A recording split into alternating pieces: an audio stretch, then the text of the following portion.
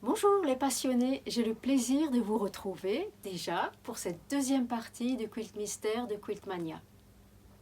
Nous allons réaliser deux bandes composées de 9 carrés fleuris et de triangles verts. Cette bande sera rebrodée au point d'épine avec le perlé 8 519, un joli bleu clair, et on ajoutera des points de nœud avec le perlé 8 402, une jolie teinte entre la pêche et l'abricot. Vous allez commencer par couper 18 carrés en sélectionnant le tissu dans votre joli imprimé rose. Donc, il y a plusieurs motifs que vous pourrez choisir. Moi j'ai pris un peu de tout, vous n'êtes pas obligé de les centrer forcément. Par exemple ici j'en ai un, j'ai mis les fleurs dans le bas. Donc vous faites un peu comme vous le sentez, mais disons que j'ai quand même plutôt centré les petits bouquets de manière générale. Voilà. Pour sélectionner votre motif, prenez votre règle en pouces si vous travaillez en pouces et vous cherchez la mesure 3 pouces 3 huitièmes sur votre règle qui se trouve ici. Vous allez l'aligner sur un bord droit et commencer par faire une première coupe avec une parallèle.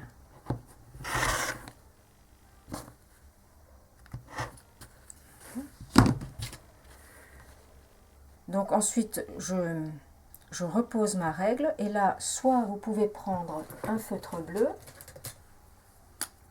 pour être sûr de l'endroit où vous allez couper. Si vous ne vous sentez pas trop sûr, vous pouvez viser un peu. Donc vous pouvez tracer là. Regardez et vous cherchez 3 huitièmes et vous voyez que vous coupez là. Est-ce que ça vous convient? Et bien dans ce cas, vous pouvez déplacer un peu le trait et déplacer votre règle. Et dans ce cas, vous aurez un bouquet peut-être plus à votre goût. Donc, moi, je vais couper ici.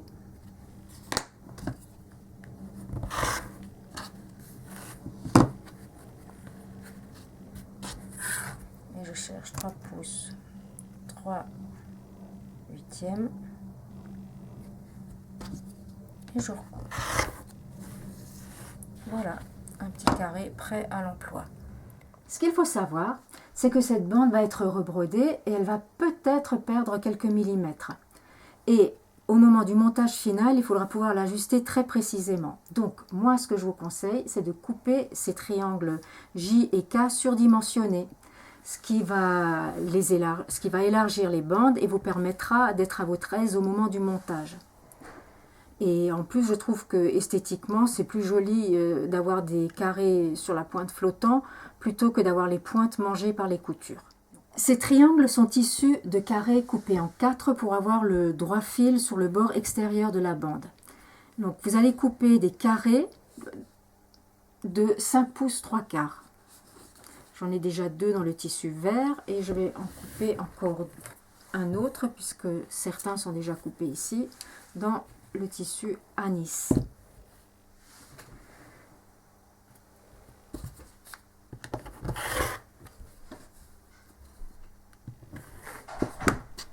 Voilà, ensuite vous pouvez en couper plusieurs à la fois. Vous les superposer. Et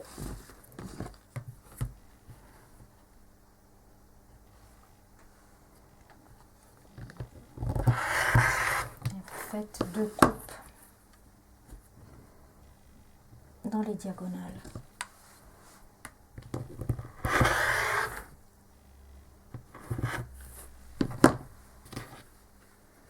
Voilà.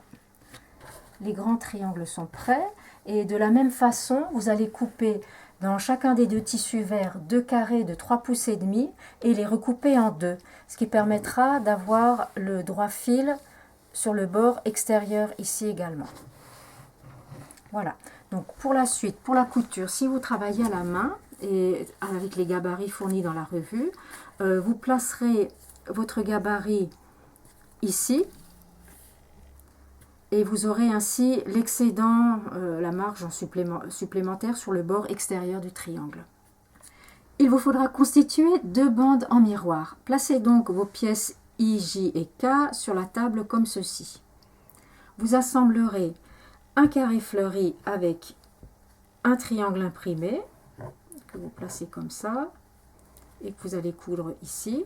avec un triangle vert uni. Donc quand la couture est faite, vous obtenez des unités de ce type.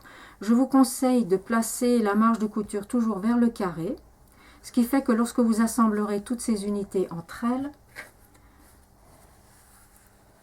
vous obtiendrez ce résultat-là à l'endroit à l'envers. Donc vous voyez les coutures toujours vers le carré, ça vous permet de les avoir, d'avoir les marges en opposition au niveau de la jonction. Voilà, et ensuite vous assemblez de cette façon les 9 unités triangle, carré, triangle. Et maintenant, la broderie. Vous allez commencer par couper un morceau de toile à beurre d'environ 5 pouces et demi ou 16 cm de large. Vous allez bâtir votre bande piécée dessus. Ensuite, j'ai brodé au point d'épine en démarrant toujours au sommet d'un carré. Vous voyez, j'ai démarré ici, je suis allée par là, je suis revenue ici et j'ai fait ça. Et pour chaque carré, c'est la même chose. On démarre ici, dans ce sens-là. Et pour la deuxième bande, ce sera l'inverse. Vous allez démarrer côté triangle vert uni, alors qu'ici c'était vert imprimé. Et vous allez broder comme ceci, comme ceci, comme ceci, comme ceci. Le point d'épine est un point qui se brode latéralement, de gauche à droite pour les gauchères et de droite à gauche pour les droitières. Vous pouvez broder avec ou sans tambour. Ici, je brode sans tambour parce que j'ai l'habitude de broder et que ça se passe bien. Mais si le tissu se met à froncer vraiment beaucoup, ça veut dire que vous avez un problème avec la tension du fil. Et dans ce cas, je vous conseille d'utiliser un tambour. Voilà. Donc pour démarrer, j'ai déjà fait cette partie-là. Donc on sort au sommet près de la couture et on brode vers le tissu vert uni. Donc ici, je redémarre, je sors de nouveau mon fil près de la couture, je repique jusqu'en face en plaçant mon fil sous le pouce.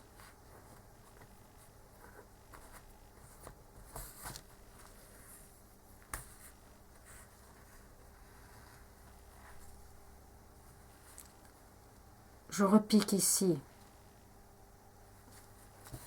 avec toujours le fil qui sort sous le pouce. Et vous voyez, il faut tirer le fil comme ça pour qu'il y ait une jolie forme qui se dessine ici. Si on tire le fil par là, le point se sauve. On pique, on ressort le fil sous le pouce et on tire dans le sens du point. On ne fait pas des points trop grands, c'est plus joli s'ils sont plutôt courts. Pour vous donner une idée, les petits segments font environ 5 mm.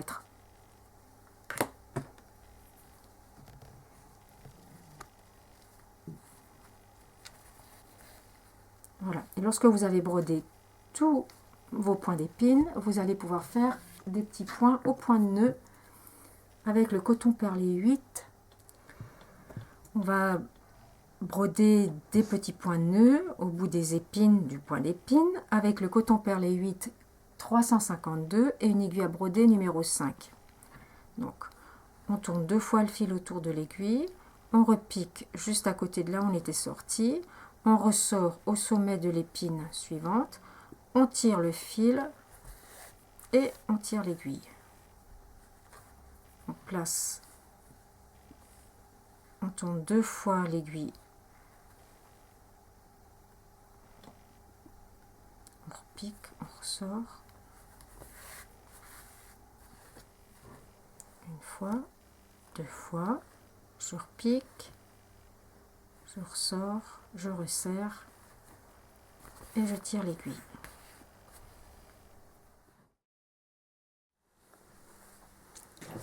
Dans cette deuxième partie, j'ai prévu de broder les feuillages des 8 petits blocs. Nous procéderons comme dans la partie 1 où nous avons brodé les feuillages du bloc principal.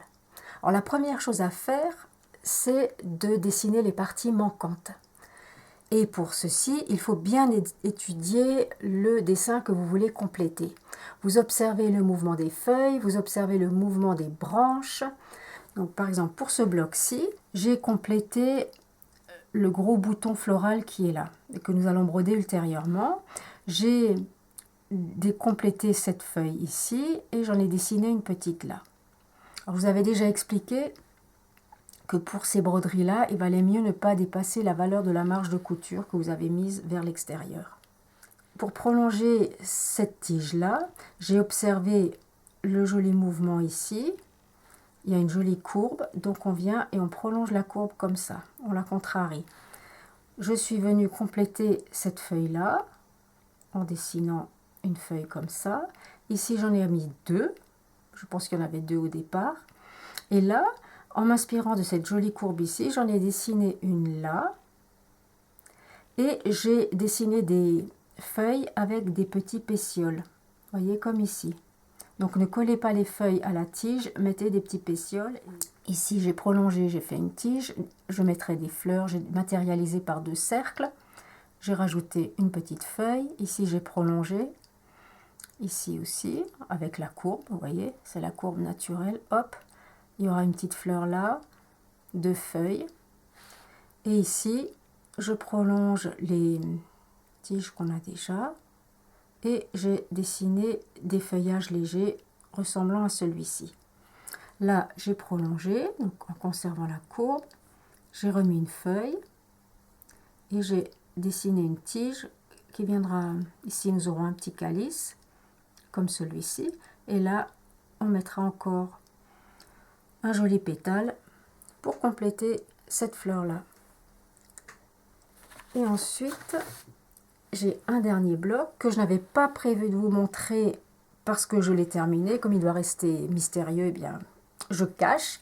Mais je vous le montre parce que c'est le seul dessin où une grosse feuille comme ça était incomplète. Donc ça, il faut la prolonger aussi. Donc vous pouvez observer le tissu tel qu'il était imprimé. Vous le retrouvez, vous en avez peut-être encore dans votre morceau de tissu. Et vous observez comment ces feuilles sont terminées et vous reproduisez le dessin. Donc moi, j'ai fait comme ça. Et je vous montrerai après comment les broder. Puis vous voyez ici, j'ai prolongé. Ici aussi, j'ai rajouté des feuilles, etc. Donc voilà le principe.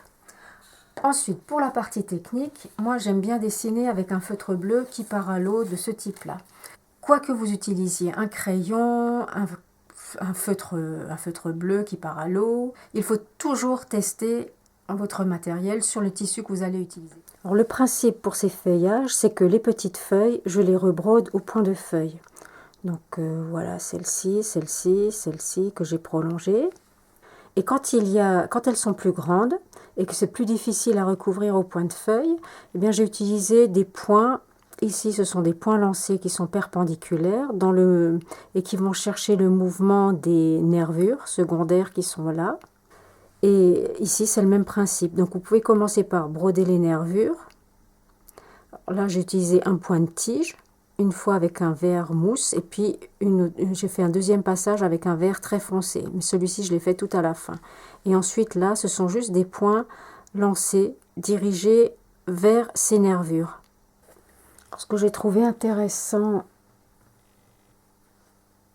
sur ce bloc-là, c'est que j'ai brodé au point de feuille, mais sans recouvrir complètement l'imprimé dessous. Donc on voit une petite ombre là, et je trouve que c'est assez joli, donc vous pouvez faire pareil si vous avez envie. Donc le dessin n'est pas entièrement recouvert. Et j'ai essayé de le faire à plusieurs reprises. Voilà, par exemple ici aussi, je n'ai pas tout recouvert.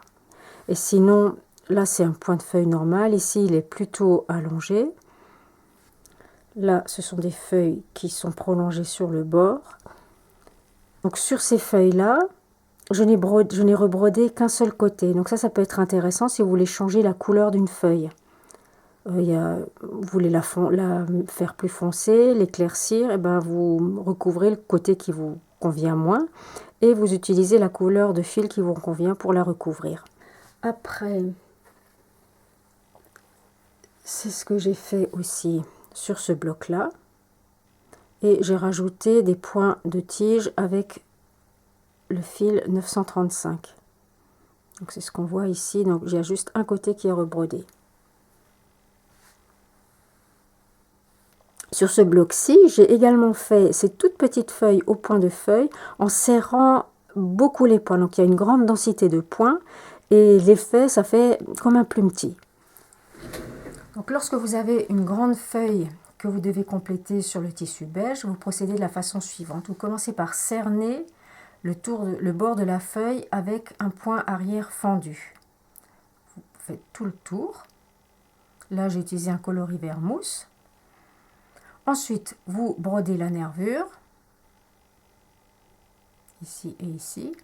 Et ensuite, vous venez broder des points obliques par rapport à cette nervure. Donc, en un angle de 30 degrés environ, vous faites des points obliques qui vont passer du tissu beige au tissu vert, enfin, le fond vert de la feuille.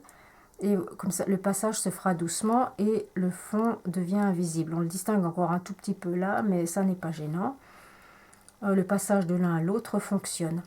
Et ensuite, vous venez compléter avec du moulinet 935 et vous faites des points lancés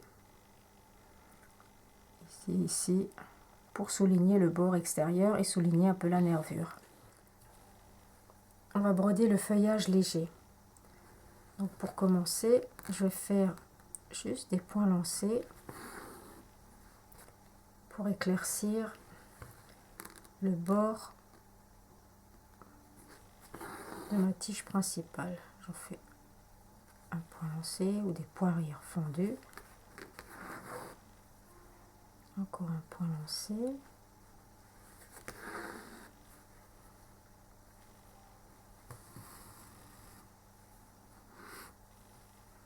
Voilà, et maintenant au bout, je vais ressortir l'aiguille à l'extrémité. Je vais préparer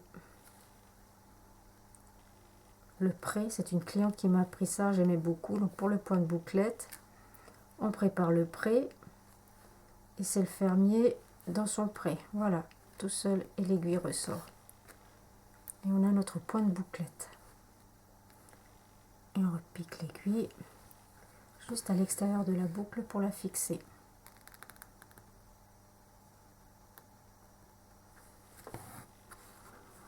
J'en fais un deuxième.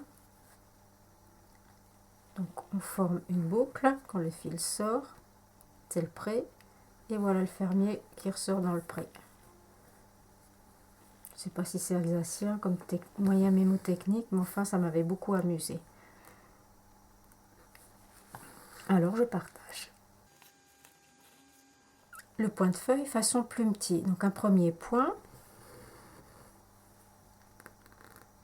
un deuxième point où on sort sur le bord extérieur du dessin, on repique dans le même trou, on sort une fois à gauche, une fois à droite,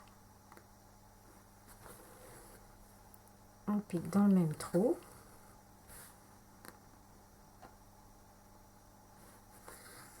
et maintenant je croise, mais je serre vraiment mes points.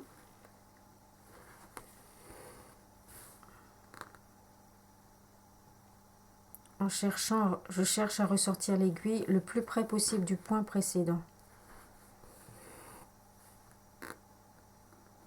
À chaque point.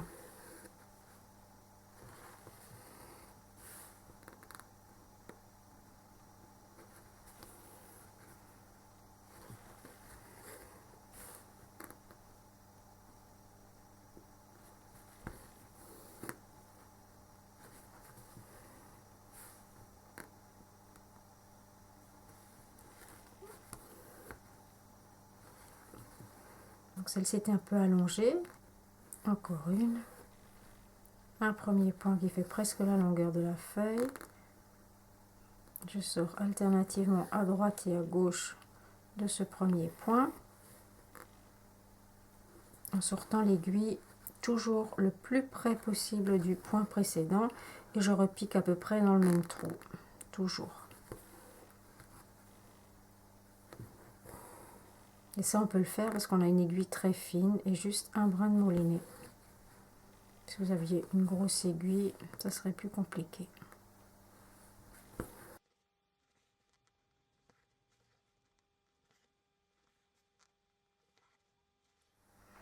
Donc vous constatez que même en utilisant le même dessin, en changeant les couleurs de fil, vous aurez quelque chose de complètement différent. Ici, j'ai utilisé le vert tilleul et un point de feuille normal. Et ici, j'ai utilisé le point de feuille très dense, très serré, avec un vert bleuté. Pareil, ici, j'ai commencé à broder avec le vert tilleul. Ici, j'ai pris un vert mousse. Donc, à la fin, le bloc aura un aspect complètement différent selon les couleurs que j'aurai distribuées différemment sur les feuillages. Voilà, donc il n'y a qu'un seul mot d'ordre, c'est amusez-vous, prenez les couleurs comme elles se présentent au fur et à mesure, faites selon l'inspiration du moment.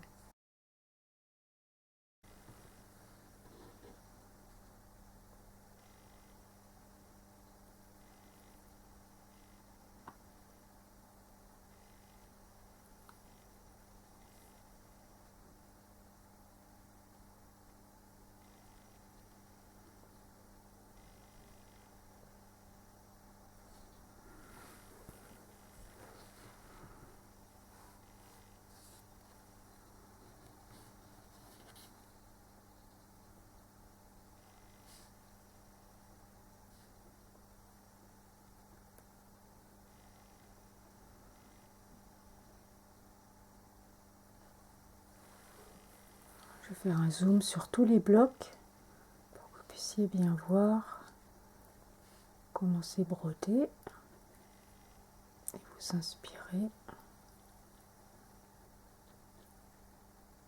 pour le choix des couleurs.